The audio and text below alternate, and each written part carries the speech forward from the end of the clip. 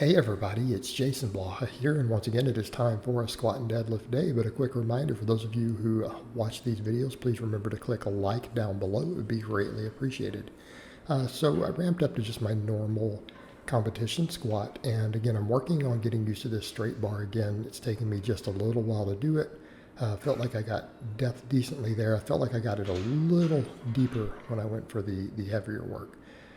In this one, I sank it kind of to my limits. I'm adjusting my stance, getting those hips back, working on pushing the hips back so I can sit back into it to get them open to get my depth. And I'm using a very, very wide stance on these now. So, and I maybe should do some front views with this so we can see where my stance is when I say wide, meaning my toes are pretty much at those arms. But we got depth.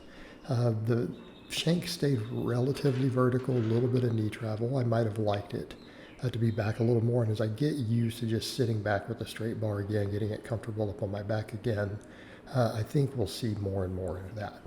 But that felt fairly heavy at 475. I felt like maybe I could have done another jump with a little more weight.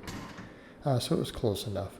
Deadlifts actually felt relatively heavy today. Did my normal training max at 585, so I might be having just a little bit of an off day because that squat felt a little heavy. But when I got to this moved slower through the sticking point than I might have liked.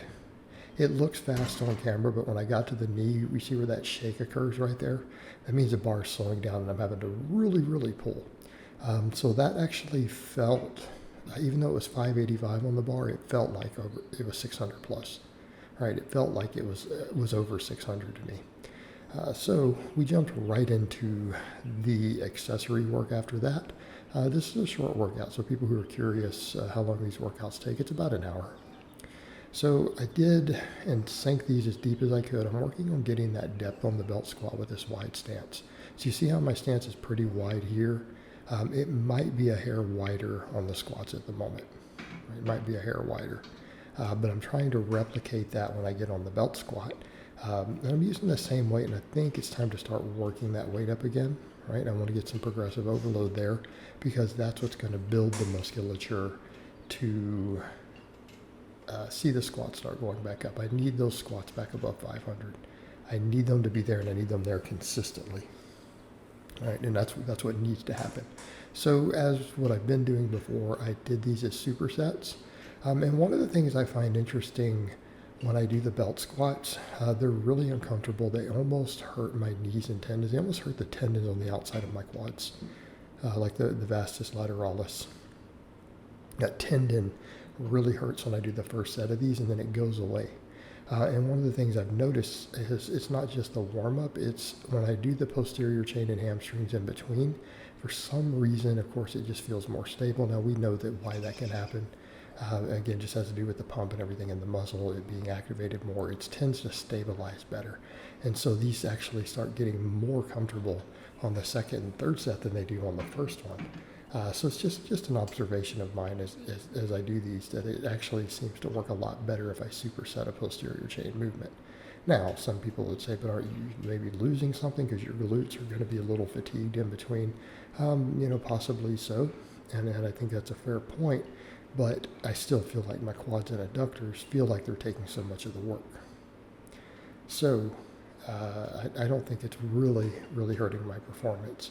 Even though we could make the argument for glute activation on squatting, and glutes actually growing more than quads from squatting movements. That's what the data shows, at least with the barbell, right? That the glutes actually grow more than the quads do. Actually, so do the adductors. But we're still getting plenty of quad work here. And in this case, we're getting it in the ratios that we need. Now, as far as quad activation versus glute and adductor and all of that, when we look at rep work versus maxes, that becomes a more nuanced topic. What we actually find is that things like glutes and adductors actually seem to get worked more as the weight goes up, and quads do not.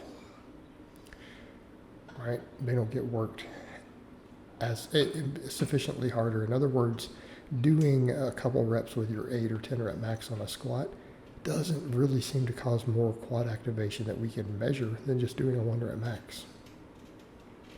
which is interesting. So it tends to mean that as we get into the heavier work, those other muscles get worked more.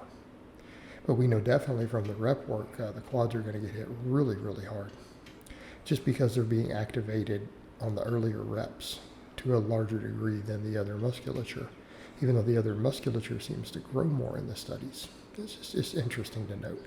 But that also means that we double down on training all this stuff, so posterior chain gets a lot of love.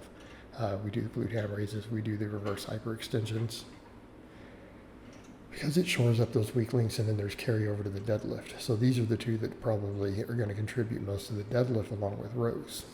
Okay, so all of this contributes towards building the squat and the deadlift. And what I'm really doing these days, just for recovery purposes, because I would rather, just for health and body composition and everything else, I spend more time doing cardio than I do lifting, by a pretty large margin. In other words, I lift about 4 hours a week. My cardio is like a minimum of an hour a day, every single day. So it's considerably more time is spent doing that, and I'm happy to do it that way, because I look at a lot of this training and go, what's the minimum work that I need to see muscle growth, to see progress happening? And that's what we do. And we go maybe a hair over, and then some weaker muscles will get a little bit more work. Okay, so at the moment that would be something like delts, triceps, glutes, stuff like that. Those are getting a lot more, just because of multiple exercises overlapping. But after we do those other things, we finish up here with the reverse hyperextensions. And I'm just going to stick with the same weight for a bit, because I'm trying to work with only 50% squat max, and this is using 50% of my last meet. So it's actually more than 50% of what I'm currently squatting at the moment. But over time, like I said, I want to get that squat up to where my training maxes are higher than my last meet. Okay, that's what I want to see, to where we can do that consistently a couple times a week, and then we're in a very, very good spot. And it's not to say I haven't squatted where you get to see me squat more, but actually getting to competition, having cut for comps, everything else, I tend to be in the really high 400s. You guys watched me get a nice deep 535 squat on camera last year. But, got to my last meet and I stopped at 496. It got me the state record I wanted. It felt heavy, and I just took a knee. Instead of going for a third attempt up above 500, I wanted to save something for the deadlift. And, I took a knee. So I left with only a 496. Next time at next competition, or at least in one later this year, we want to see something in the 500s again. That's what we would like to see. So I'm going to work towards that. And then we do, for the last exercise, after I finish all that, I did one set of hanging leg raises, just to keep working more abdominal work back in. I'm a big fan of these for my clients. I prescribe them a lot, and I haven't been doing them lately, so I need to start working them back in. All right, guys, but that's really all I have to say on that today. I hope it's been informative, and I'll talk to you guys next time.